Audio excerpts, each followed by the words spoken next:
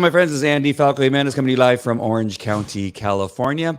I am the host for the California Parent podcast and the president of California Parent.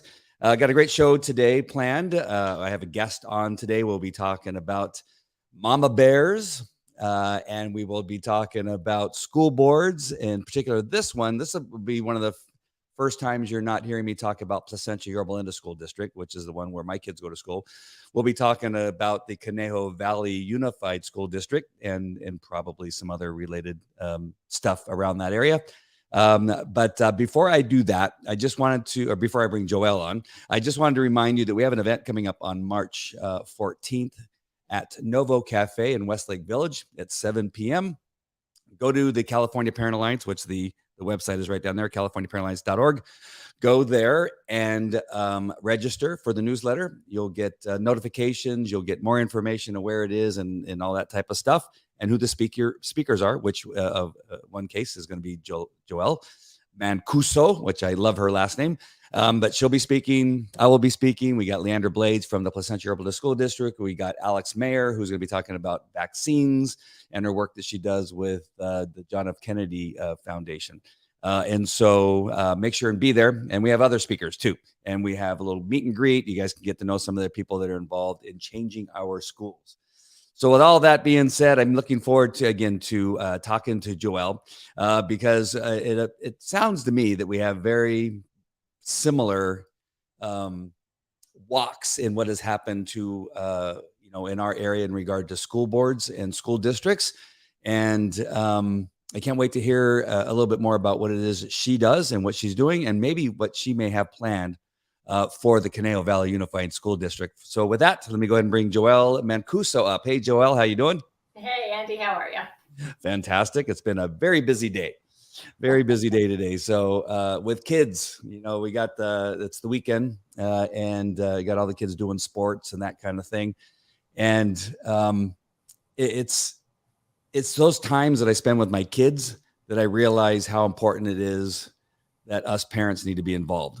That for a while, for many, many years, maybe several decades, we've kind of stayed back in the background of what's happening in our school boards and school districts because we thought that people with best intentions, were in the places they needed to be. I just made the assumption. I don't know about you, but Joelle, I want people to know a little bit about you. So if you wouldn't mind telling us a little bit about you, and then we'll talk about mama bears to start off with. Oh, absolutely. Thanks so much for having me on. I've loved public education. I went to public. I think may have lost you. Did I lose you? No, I just was focusing on you. Okay. It went black and I was like, oh. Yeah, I do funny things like that where I put you on screen all by yourself. But go ahead. No, I'm from a long line of school teachers from my dad and my mom, actually down in Orange County. So I'm kind of down in your area. And grew up in the school system and absolutely thrived in it, actually, and loved it. And my grandparents were teachers as well, long line of educators. And I actually was very excited to carry on that tradition with my kids and was excited to walk them hand in hand to school. And somewhere along the road, I discovered that schools had changed a little bit. And when I went to take my 3 kids into school, I realized I had to do something different. And I actually home educated all 3 of my kids, which wasn't my plan. I was very disappointed in what was happening in the schools. So I had to take a different route, which ended up working really well for us. And so that's kind of what happened to me as a parent, because you were talking about being a parent yourself with your kids in the school district. And you just assume that it's the same as it's always been. It's reading, writing, arithmetic, and it's glue, paste, and crayons, and lots of loving, nurturing stuff on the family, and lots of parent involvement. And academics have left the building, and with it, families have been pushed out as well. And what was one of the first things that caught your attention that you said, wait, this doesn't sound right? Do you remember what that was? Yes, I actually had, when the kids were very young, I had a mentor. I really got into early childhood development, brain development. And I discovered that there may be some hiccups with going to public school. So my mentor said, go interview the principal of the school that you're looking at, and you'll know after 30 minutes and how he answers questions if you want to send your kids there. So I went in with some of my questions, and after about 10 minutes, I realized it wasn't going to meet the needs of my family. And one of the big flags was he did want to show me the classrooms. He said it would be disruptive to have me walk through the classrooms. And I thought that's interesting because it was an elementary school. And the last thing little kids would be disrupted by is a fellow mom walking through a classroom, an open classroom, might I add. That was a flag. And lots of rewards were being presented as a way to inspire children to perform, which was problematic for me, being from the Alfie Kohn punishment by rewards belief that learning is intrinsic and not so much extrinsic. So that was a big part of making that decision. So let me, that's so interesting because first I'll tell you, I've been training dogs for 30 years. That's one of my main businesses. I've trained police dogs. Wow. Some of the hardest people to train are police officers. So I've been in that business for many years. I've trained a lot of pet dogs. Also grew a really large pet dog training company. The reason I bring that up is because when I first got started in this business is that one of the leading trainers in our area here in Southern California and actually the Western United States. What was interesting is that you bring this up, this important thing is that he would not allow people to watch training. And so this facility ran along the 10 freeway out there in Riverside. And sometimes people would pull to the side of the road and stop and look. And then if that happened, he would stop training because he didn't want to see how people saw him training dogs. One of the reasons was he used cattle prods. He hit dogs with sticks, and he did a lot of things that obviously people should not see or should not be done. Andy, what are you suggesting? It should not be done. Well, I'm just saying when somebody, and so this concept kind of carried on when it was going through the business. I would ask hey, can I come and watch your training? And they said, no, you can't see what we do. And they would pretend like, well, we have some proprietary training. Like what's new in dog training? A leash and a collar and some treats. I mean, what do you mean you got some proprietary training? Well, what they were afraid of was to see how they didn't train or how their training was harsh or unreasonable. And not to say that these people were beating your kids, but what is it that they really didn't want you to see? What is it? What is it? They don't want to hear what's being taught. There's something wrong when somebody does not allow you to see what's being done. Contrast that with our training, and I'm just going to go and say what I did instead was that I was proud to have people come watch what I did. They could see that I wasn't using harsh methods. They could see, the process of training was to motivate the dog, not denigrate the dog, not harm the dog. And I would have people come from all over the place and watch. I had people travel from Japan by busloads to come watch our dog training. And it's so interesting you bring that up. And I'm sorry to go on that whole thing, but that's really important. No, that's really so important. I mean, you have no problem with people seeing what you're doing. It should be total transparency. In fact, one of the suggestions for total transparency in the classroom is why not have cameras in the classroom so that parents can zoom in and see what's going on. And the thought, you get this, that would just be too intrusive. And I'm thinking that this is my child. There's nothing more valuable than this child. And a teacher should be more than happy to display the inspiration he or she is offering to your children. So absolutely. I'm glad you said that too, because that's exactly one of the things I bring up almost every school board meeting is that I go, one of these days, I'm going to get these cameras inside the classroom. And it's hard for them to battle me because I was a police officer for 21 years, and we have cameras inside our patrol cars. We got cameras on our bodies. We have cameras in the back seat so you can see what's going on. And our whole life is out there. The entire 12.5-hour shift. Everything we say is being recorded. So to tell me that we can't record what's happening in the classroom, why not? Why can't we record? Well, privacy. Well, and we aren't asking to take. Having the cameras look on someone that might be breaking the law or being pulled over or whatnot. These are children who are vulnerable, who are there just to be these sponges. So whatever you tell them becomes their new truth and their new culture. And therefore, we should be protecting them more than anyone in society. that's another thought. So instead of classroom cameras, maybe body cams on the teachers. Right. I like that. Yeah, we may be able to come up to some compromises. Instead, so we're going to go for cameras everywhere inside the classroom. But Yeah. let's at least, we'll settle for just having them, a view from the back of the I was classroom. just kidding about the body cams. I'm sure that but I think that's a good idea. Taken and like spread all over the place that I want body cams on. No. All right. So now the one similar thing is how I got started with the school board and speaking at the school board and helping people get elected is that I attended a rally out here in Yorba Linda, California. It was a patriotic rally and met a couple of people that were interested in running for school board. I met a person by the name of Leander Blades, we ended up getting elected here in Placentia, Yorba Linda. And that's where I really started to learn, because now I got to hear what Leander had to say, what was going on, and Sean Youngblood, who was another person we were able to get elected, in addition to now showing up at school board meetings. But for me, it started a rally. And so I think that's pretty similar to how you got started. Yeah, I heard that some mama bears, actually it wasn't just mamas, that were out and were really upset about the mandates, and they didn't know where to turn. So they thought it was actually in LA County for a small Catholic school, and they all gathered, and there was lots of press over it because it was one of the first rallies in the area over the mandates. And I decided to go, and I just wanted to meet people and see what was going on. And I was asked if I would speak, and the papers were taking interviews from me, and all of a sudden mama bears kind of grew. And we all know what a mama bear is. It's not something I coined.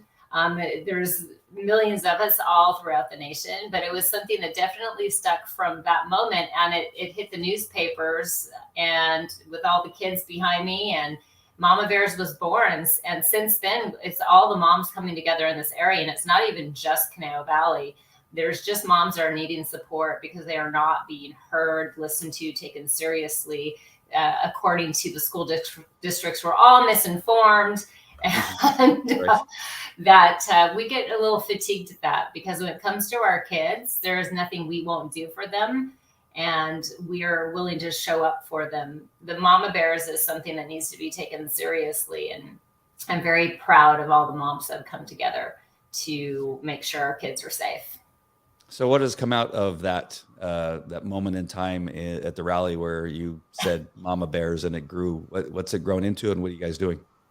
Well, first and foremost, we rally quite a bit about whatever mandates are coming down where they're encroaching on our parental rights. And it also I've been asked if I would consider running for school board. And that's not something wasn't on my bucket list. I don't know if it ever was on your bucket list. It wasn't on my bucket list. I've been educating groups of people here in Conejo Valley for the last couple decades. And so I've been very deeply entrenched in education, but I never thought about the school board. So when I was asked to think about it, I had to take a deep dive. And what's nice, Andy, about being on this side of my kids have launched is I have time. I don't have practices to drive them to anymore. My kids off to college playing football. He can drive himself now.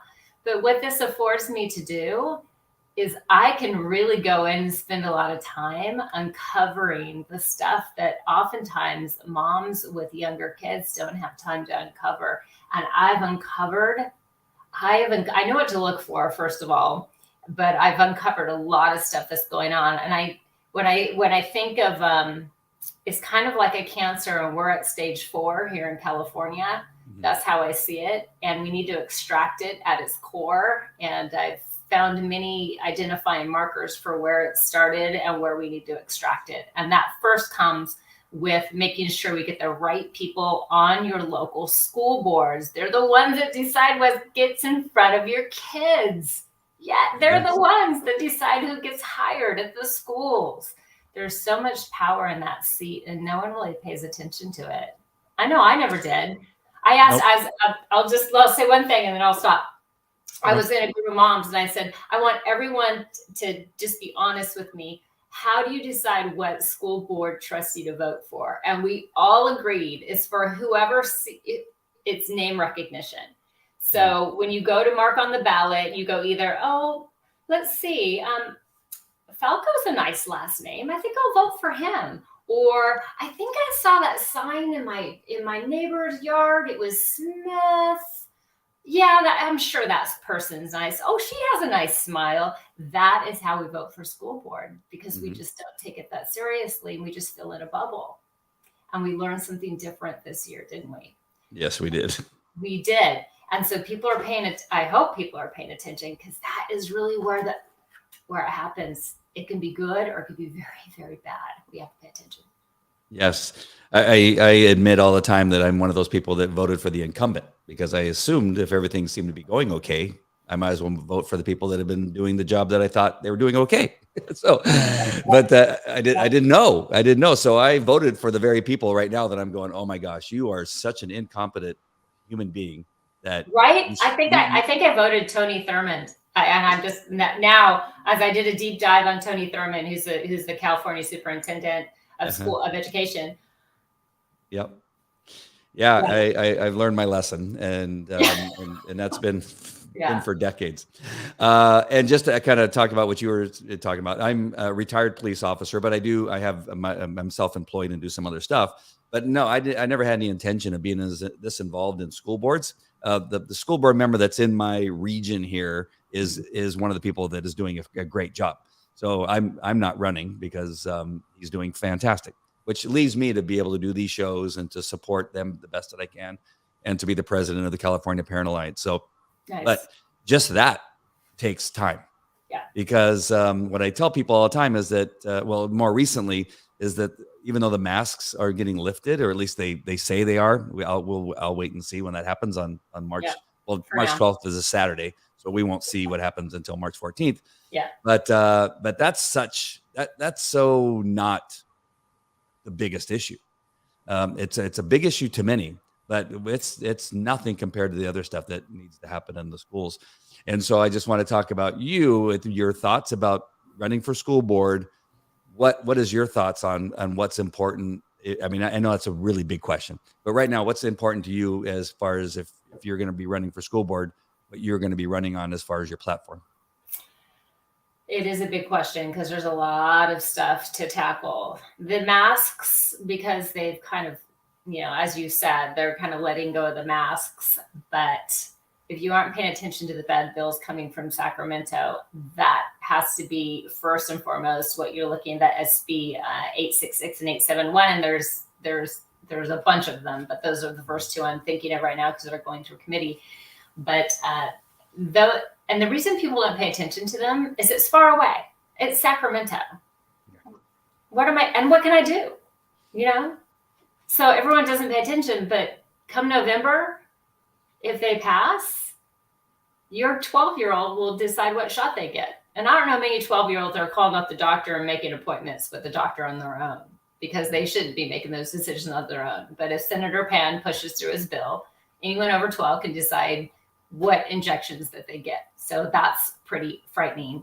And those are the things we need to pay attention to. So their plan is to bring the shots to the schools.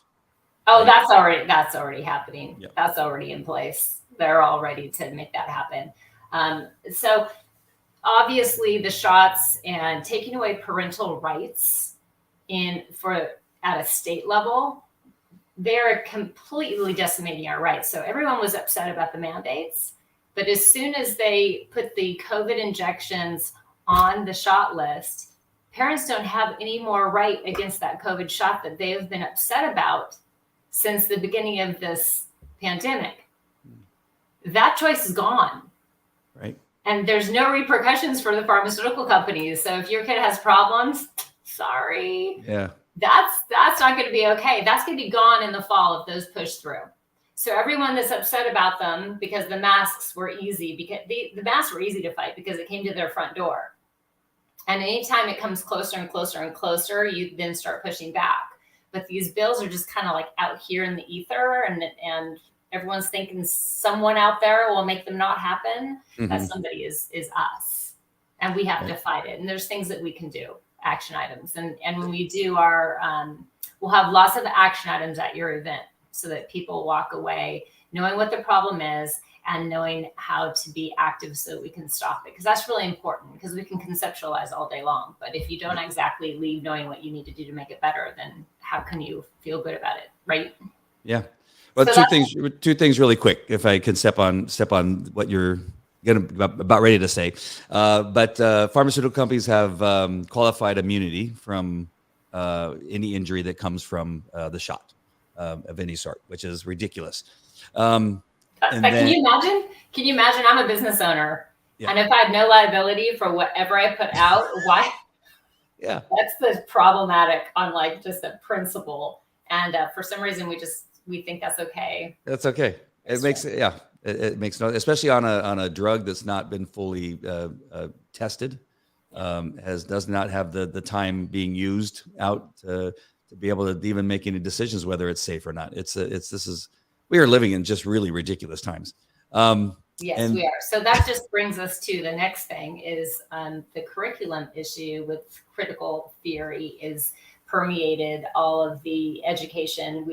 And I'm going to bring up Tony Thurman again, because he's the one that's bringing it from up here, and it's going down to our area superintendents, which is going down to our superintendents, which is going to our board of trustees, which is going to the teachers, and they're cutting out the parents, right? Parents are even part of it, and it's going right into the classroom. And that critical theory is probably, they're just trying to completely dismantle family and any kind of American values we have. And that is very problematic. And it's very hard to help people understand what it is, because that's part of it, is to twist and turn and spin and make it as difficult as possible to understand. And when you try to understand it or try to fight it, the pushback is you just don't get it, you're racist. So that's the drum beat that I hear all the time when you try to go up against it. So that's in our curriculum. We also have a sex ed curriculum that is destroying the innocence of our children. That is part of the CRT, even though it's seen as separate. It's not separate. It's all one big umbrella, and underneath it is the social emotional learning and the diversity, inclusion, and equity. That is all part of CRT, and it's just to completely dismantle the family unit in this country. And we have to address that really fast. It's already there. All the teachers are being trained.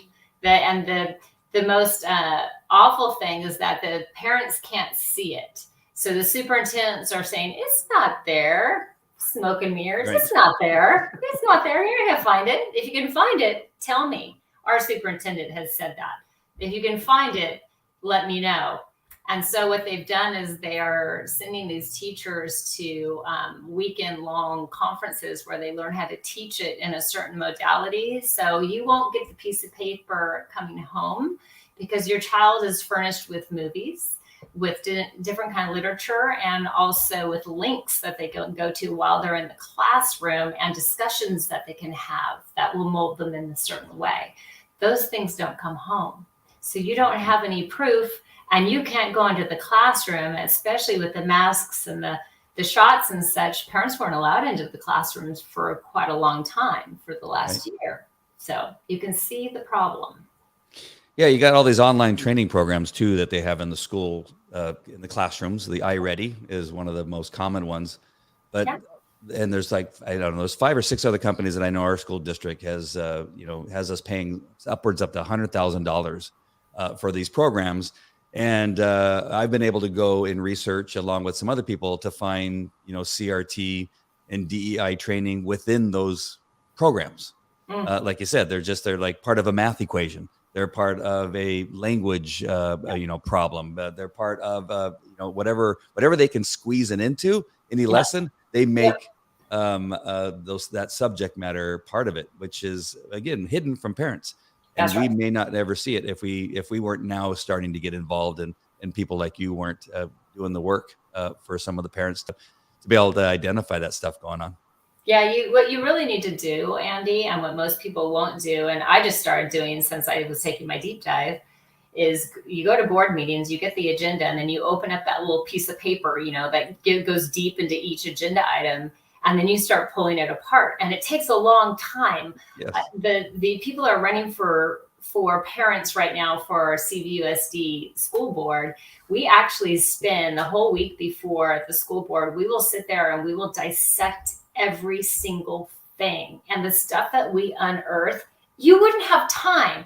A parent wouldn't have time to find out why we're approving a $12,000 budget for a 2-day Zoom class for teachers. Well, what is that? And it'll just say ABC Company. And you're like, well, what's ABC Company? Okay. ABC Company. Okay. Then you find out what ABC Company is. Okay. Who owns it? What's the material? Where did they come from? I mean, you have to like go down this rabbit hole, which takes hours, which I actually really enjoy because I should have been detective in my prior life. But I like to find out the truth of things. And it's so buried. There's no way parents can know. So when you are going to elect your next school board trustee that speaks for you, you want someone that's going to dissect with those agenda items and do the work. And see, Andy, this is the problem. School board members make what, $500 a month? It's like a volunteer position. Right. You're not making big bucks. The big bucks happens at the superintendent of schools at the county level. He's making $300,000 a year. My superintendent's making over $300,000 a year. His assistants make almost $300,000 a year. So there's lots of money, but not for the school board. So if I'm making $500 a month, why not just dial it in, show up for the board meetings, do like this when the superintendent wants me to, and let him run the show. That's what's happened at CVUSD. Wow. Yeah. Wow. And there's not research going on those line items. It's and when we bring it up at board meetings, we get this. Yeah, the first one I showed up to, my wife and I showed up to, they had somewhere in the neighborhood of 30 to 40 line items in that part of the program. And they were going to vote all of them in at the same time. And we're going, it's called the consent agenda. Consent agenda. And they go, well, let's just all vote yes on all these things. And I'm going, what? Wait a minute. All at once, it was something like, I mean, it could have been somewhere in the neighborhood of like $500,000 that was going to cost us for voting yes or no on all these things. That's What is this? What's number 15? What is this all about? What is number 20? And that's, we got Leander Blades in there as our school board and Sean Youngblood. And they said, okay, no, we're not going to do that. We're going to look at this item. We're going to look at this item. One of the items was a gentleman that they were going to have speak at one of our schools for $60,000 for one assembly. When you go into his Instagram, he's a Black Lives Matter supporter who believes that the nuclear family must be dismantled along with law enforcement must be dismantled. And we were about ready to say yes to $60,000 to have this guy go teach our kids so that they could go on his social media and follow all of his nonsense in regard to dismantling law enforcement and the nuclear family. Yeah. So I agree. This isn't just happening in Conejo Valley. It's just not happening in the San School District. It's happening everywhere. This is everywhere. Maybe less in other parts of the country. Definitely all throughout California. But whatever happens here, we are the model for what will roll across the nation. And so everyone needs to be paying attention. And we are the front lines, and we have to hold the line, or this is going to roll out everywhere, and we can't let that happen. And, it's really important to choose your board of trustees that really having someone that we have someone running for CVUSD. She's actually going to be at the event. Her name is Karen Meyer, and she used to work for the district. So she knows where the bodies are buried. That's awesome. Hey, real quick. I wouldn't say that. That's just, I got you. But yeah, real quick, we're broadcasting live on 4 different Facebook channels, on YouTube, Twitter, and Rumble.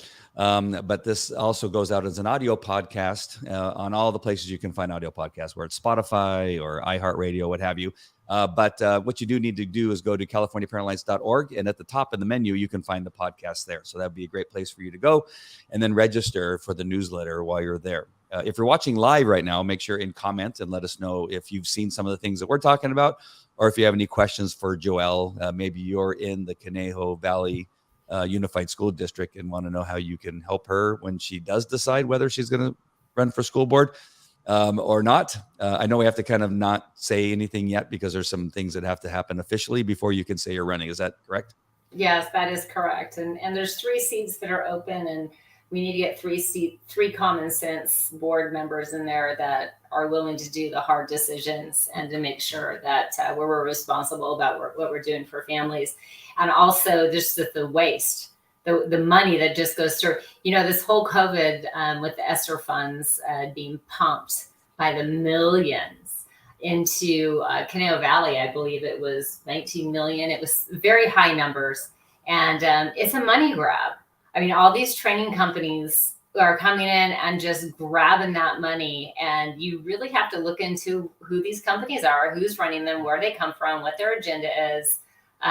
You have to know what's going on, because when that much money is thrown into the pool, right, people jump in and just start grabbing. And, that there's people that are benefiting somehow, whether it's the teachers unions or the superintendents, because we have a number of superintendents that show up, right? We have the main superintendent, and we have all the other little superintendents, like the grading superintendent. I'm not sure what all their names are. What they're doing, Andy? Those assistants are doing grants. This is something that I've discovered. They're writing grants. You know why? Because there's money out there that like big tobacco, the big corporations, they provide these $1 million grants that if you get your assistant superintendent to write these grants, they get more money put into the schools. And all they have to do is they have to get in front of your child. And I'll just tell you this, in CVUSD, the children are required, they can opt out, but I have to tell you that system's not very tight. The parents have to opt out. 135 question survey that asks many questions, but 45 of the questions are about, hey, is your parent home when you get home? When last did you do drugs? When last have you been drunk? They ask them sexual questions, and all that information is going to, where a third party that happens, this particular one is connected to tobacco money. And that all is furnished because someone in our school district administration is writing up that grant and getting that money and selling our kids' information to them. That's how I see it. Yeah, they fight way too hard for this nonsense, and you just go, what? Why don't you fight this hard to educate your teachers how to teach children how to count and to read and how to think, not what to think, but how to think. Critical, not critical race theory, but critical thinking. How about that? how about something that they could use later on in life? We ranked 25th in the world for math. 25th. We used to be number 1, and now we're 25th because we aren't teaching math anymore. We've taken, we've politicized it and taken social justice and CRT, and we've actually have it in our STEM programs, and it's we just aren't teaching the basics anymore. Our kids are being dumbed down, and it's got to stop. Yep, lowering grading standards so more kids can graduate that don't know how to read or don't know how to. Oh, they're trying to get rid of grades because grades are racist. Yes. It's really so that incompetent teachers can continue to teach, because that's an additional thing. In law enforcement, what they do is they change some of the ways that they stat, certain crimes, and then suddenly they go, "Look at crime went down." No, you stop charging people for theft. You stop charging people for rape. You stop charging. Crime didn't go away just because of the weather got better. It's because you changed the way that you are grading crime. If you change the way you're grading children so that you can have a higher graduation standard, that is not educating our kids. That is, like you said, dumbing down our kids. And that's one of the things. Yeah, they're trying to usher them all off into college, and where they can spend hundreds of thousands of dollars on further education because it's part of the machine. And, a lot of the kids shouldn't be college bound. A lot of kids want to work with their hands. They want to start businesses. They want to do what I call manual arts, which is anything that's manual labor. We need a lot of those kind of workers in the workforce. Not everyone should be going to university. But that's where everyone's pumped into. As soon as you become a junior in high school, it's just like everyone's college bound so that you can, in 4 years, come out 6 figures in debt and start life on that happy note. And, Yes. that's just part of the money mantra, the whole cycle. One thing we got to address, and this comes up because it's important, and that has to do with these gender issues that keep coming up, where you have boys and men competing against girls.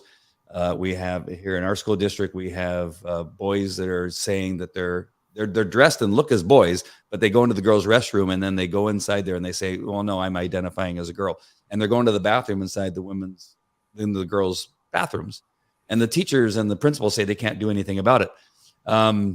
I mean, and I hear some schools are even putting like litter boxes because some children are identifying as furries. Oh, And no. I have not heard that. Yes, that is. I've got a report from somebody that's happening here in California at not only one school but a couple schools. Oh, you're gonna have to give me the show notes on that one. Yeah. So one of my discussions that I just had last night with a school board member, as a matter of fact, is I said, because what ended up happening here is that a complaining mother of a daughter who was a victim of this, she was in the bathroom and in walks a boy and he says, "Don't worry, I'm gay," or don't worry, I'm bi," I think is what he said. And then the school said they couldn't do anything about it. And they said, well, then if she feels uncomfortable, she should go to the teacher's lounge and go to the bathroom there where they have gender neutral restrooms. And we go, why does she need to go into the gender neutral restrooms when she's identifying and is a girl and is in the girls' restroom? Shouldn't the transgender or the people identified as whatever they're saying, shouldn't they be the ones that are using the teachers' lounge restrooms if this is something they insist on going through?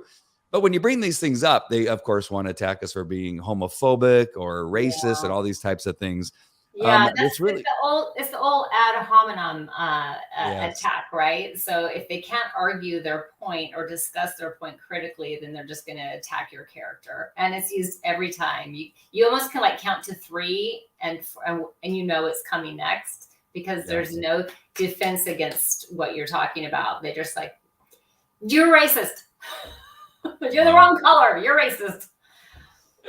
Just really quick, I want to bring up this comment by Janet. Janet says, my college level daughter played a basketball team for finals last night where their main player was a man with a penis. How is that okay? The other team won because of his masculine abilities. Women do not have testosterone. This needs to stop. The tolerance for this is not okay. It is not racist or homophobic to not want a man to play against your daughter who has worked her ass off to get where she is. Amen, Janet. Not to mention the size of the hands to be able to palm the basketball, not to mention, to be the physical strength. Biomechanically, even if the hormones, let's say the hormones, they have the hormones, because that's usually the excuse, is they're the same as the girls because they take the hormones, but they aren't. They have more muscle mass. They have had years of the hormones coursing through their body. They have biomechanically different size levers, so they're going to have more power and strength. I mean, we see that with the swimmer that's breaking all these records, and in the Olympics, the trans swimmer, even though he's been taking estrogen, he still is going to have an advantage. And what happened to the Me Too movement? Wasn't it a couple of years ago that we're all pounding our fists, Me Too, and women are being marginalized, and oh my gosh, women, we are equal pay. And then all of a sudden it's like, you need to use the other bathroom because because we need men that you need to use the women's restroom. No more Me Too. That was like a blink and gone. Yeah, it is. I mean, that was probably the most shocking thing, is that, wait a minute, you had all these women screaming for equality and all this kind of stuff, and now you're okay. You're okay with this, and they seemingly are somehow. Yeah, and we're the ones that are crazy. Yeah. Andy, I also wanted to bring up that the our schools here in CVUSD is not welcoming the police department into the schools to do their normal outreach. They just do. And you know what their excuse was? There's just not enough time. Oh, yeah. I'm like, well, maybe if you did a little less social emotional learning, which is just an offshoot of CRT, and brought in our law enforcement, that would really help the kids really understand how law enforcement works with the community to keep everyone safe.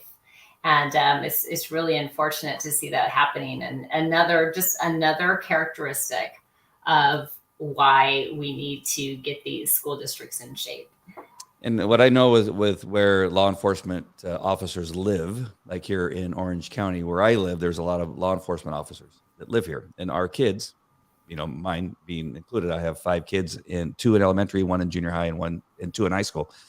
And along with other law enforcement officers' kids. And they're being told that their parents are evil killers of black men, is what they're being told. My son has been told that a couple times.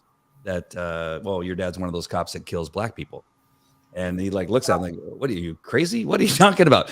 And I would venture to say Conejo Valley, a lot of LAPD, LA County Sheriff officers probably live somewhere near there or in some of those areas that their kids are also. Statistically, that's just untrue. So that's just propaganda that's being passed on. Yeah. And so, and so not having them in the schools, why, they wouldn't even let them wear I can't think of the flag. The Blue Lives Matter flag is what we tend to call it. But there's another name for it. But just continue to say that the cops are evil and bad, that you can't trust them. And then we wonder what, we have unsafe neighborhoods. I know Los Angeles has seen such a huge crime increase. We're seeing it here too, and we wonder why. Yeah. Absolutely. So we're getting towards the end here, and I just want to make sure and address anything that you think it's important going forward. We do have our event on March 14th. You'll be speaking there. Yes. And bringing up some very important information that people will need to attend. One more thing before I give you the last word is I want you to understand that one of the most important things that we want to do here at California Parent Alliance, and I'm sure Mama Bears too, is that we just don't want to tell you that it's bad. Like, CRT is bad, DEI is bad, right. Men competing with girls is bad. We want to give you the alternatives and what it is that we can do instead. And there's many things that we're going to be putting together at this program on the 14th is give you some tools moving forward that can help you have success. That's right. In changing these things that are going on in our schools. Just going there and yelling and screaming is not going to get it done. Mm-hmm. That going there with solid information, which I have done. I've always emailed my supporting information to what it is I'm going to talk about, so that when I'm speaking, nobody can say, "Oh, you made this stuff up," or "There's no science to what you're saying," or "There's no research." No, I do the research. I find the science and I send it in and talk. But we want to give you guys the tools too. So with that being said, Joelle, what is it you want to say about moving forward with your possible running for school board or even for Mama Bears that you would like people to know before we sign off? Well, I think all the families need to realize especially here, and I'm sure it's with other districts, but I know with my own, is that the teachers unions have come in with 6 figures during these races, and they make sure that they put their candidates in office, and they just do it through pouring hundreds of thousands of dollars into a local race, where parents like myself who are doing all of it grassroots, we have to be able to have a reach out there, as opposed to, we're not going to be running full page color ads in the newspaper because they're really expensive.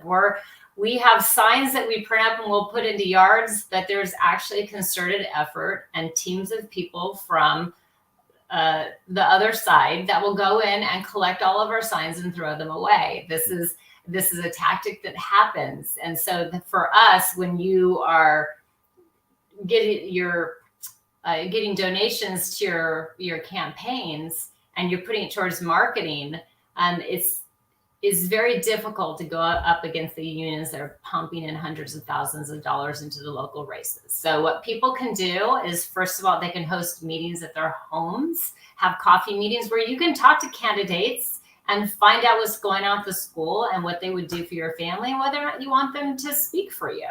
You won't know that till you meet the candidates. So have events there, talk to people, start gathering, get on mailing lists so that you can start chatting with everybody, because one thing COVID is, it separated all of us. And we became these little islands. And that is part of the dismantling, is to isolate.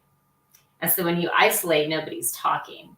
And so when people finally came together, we were so divided. and what our ideas were and how to move forward, that everyone's still not quite talking. And then school board meetings were on Zoom, so there was even more of a disconnect. So get with people. And if you find someone that speaks your voice, get behind them, lock arms, and make sure that you talk to people about getting them into office. That is just probably the biggest thing, is to get involved. Because people like myself who are looking to run for these races, we'll do the heavy lifting, and I'll tell you everything that's going on. I'll pull back the curtain for you, and then you decide who you want speaking for you, and you just have to be involved that way. Yeah, you'll be shocked, those of you watching, about if you've not been involved lately. I know I have a lot of viewers. They've been showing up at the school board meetings with me, and they're no longer shocked.